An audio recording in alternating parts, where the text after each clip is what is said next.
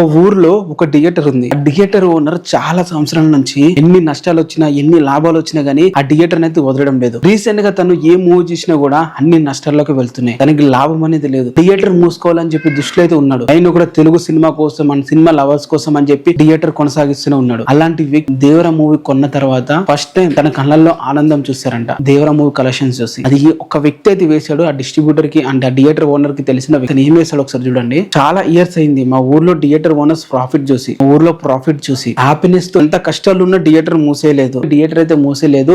నిన్నటి నుంచి మూవీకి రావాల్సిన కలెక్షన్స్ వచ్చేసాయి. ఈ రోజు నుంచి మొత్తం టేబుల్ ప్రాఫిట్స్ అని చెప్పి థియేటర్ తీయడం జరిగింది. సో అలాగే నిన్న ఒక గాసిప్స్ అయితే వచ్చింది బయటికి. అదేంటంటే నిన్నటి వరకు మన ఓజీ మూవీ ఉంది పవన్ కళ్యాణ్ గారిది, తన తెలుగు రైట్స్ వచ్చేసి 110 కోట్లకు అమ్మడం జరిగిందంట. బట్ ఇప్పుడు దాని రైట్స్ ని 150 కోట్లకు తెలుగు రైట్స్ అయితే అమ్మడానికి అయితే ప్రొడ్యూసర్ అయితే రెడీగా అవుతున్నారు. సో తారక్ అన్న పడిపోయిన తెలుగు ఫిలిం ఇండస్ట్రీ ఆంధ్రాలో, ముఖ్యంగా ఆంధ్రాలో ఏ ఫిలిం కూడా, ఈవెన్ మొన్న రిలీజ్ అయిన కల్కి మూవీ కూడా ఆంధ్రాలో బ్రేక్ ఈవెన్ అనేది అయితే అవ్వలేదు. ఆంధ్ర మార్కెట్ పడిపోయింది. ఆంధ్ర మార్కెట్ ఇంకా అక్కడ నుంచి కలెక్షన్స్ రావు, ఇట్లా ఆంధ్రాలో మూవీ చూడడం మానేస్తారు అని చెప్పే పరిస్థితి నుంచి ఆంధ్రాలో సరైన ఒక మాస్ హీరో ఇన్ని సంవత్సరాల నుంచి మూవీ తీయలేదు కాబట్టి కలెక్షన్స్ రాలేదు అనే ఒక సింబల్ అయితే దేవర మూవీతో జూనియర్ ఎన్టీఆర్ క్రియేట్ చేశారు. దేవర మూవీ ఆంధ్రలో రిలీజ్ అవడంతో చాలా థియేటర్ ఓనర్స్, ఎగ్జిబిటర్స్ అయితే ఆనందంలో అయితే ఉన్నారు. వాళ్ళకి వచ్చిన లాభాలు జస్ట్ ఫస్ట్ వీకెండ్ నుంచి వాళ్ళందరూ అయితే లాభాల్లోకి అయితే వెళ్ళిపోయారు. అండ్ వాళ్ళు ప్రాఫిట్స్ అయితే చూస్తున్నారు. పడిపోయిన తెలుగు ఫిలిం ఇండస్ట్రీ మళ్ళీ లేపాడనే చెప్పాలి తారక్ అన్న తన దేవర మూవీతో. సో ఇది దేవర మూవీ అచీవ్మెంట్ అని చెప్పాలి. దేవర మూవీ సాధించిన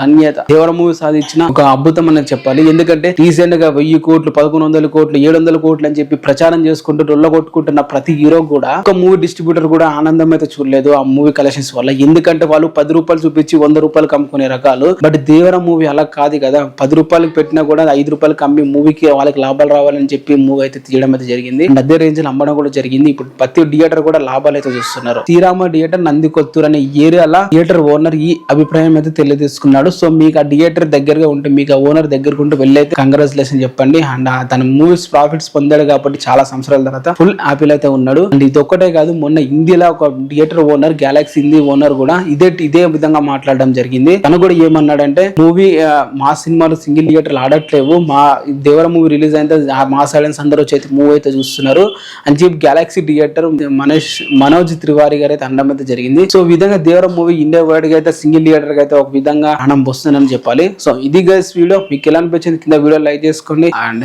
ఛానల్ ని సబ్స్క్రైబ్ అయితే చేసుకోండి.